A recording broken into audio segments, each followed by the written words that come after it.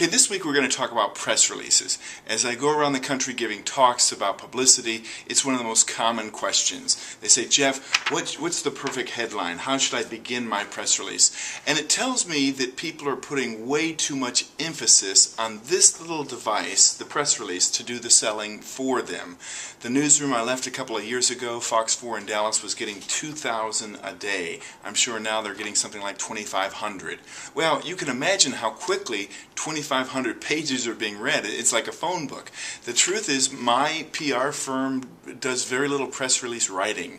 We occasionally will write one, but we spend our efforts focused on the story. I always tell people that you could write a great story on a Kleenex and the media will cover it. You write a lousy story on the finest grade of paper and the media will blow their nose with it.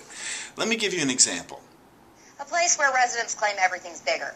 And they must mean the price tag, because this wedding cake will cost you $1 million. Okay, this right here is a publicity stunt that we came up with along with the Dallas Bridal Show last weekend. This wedding cake is worth $1 million, largely because the jewels were loaned to the Dallas Bridal Show from Dallas Gold and Silver. But I can't tell you, we did not send out a press release on this thing. We just contacted journalists, and this thing went crazy.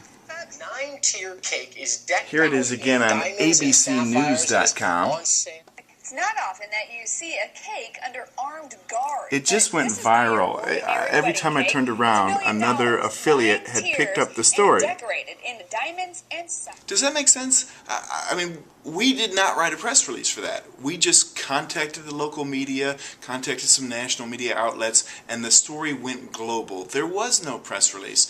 It was all about the story. I hope this is helpful to you, and if there's somebody else in your life who can use this information, I hope you'll pass this video along. I'll see you next week.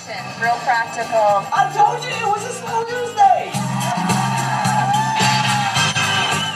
Rolling. He was so funny. I thought he was amazing. It was hysterical. And everybody loves a good laugh. Pick up line one, it's a live one. He says, well, if you take the little flap of skin on the turkey's beak and you flip it back, it looks like the Elvis hairdo. It was a great laugh. It was awesome. He is just a live wire.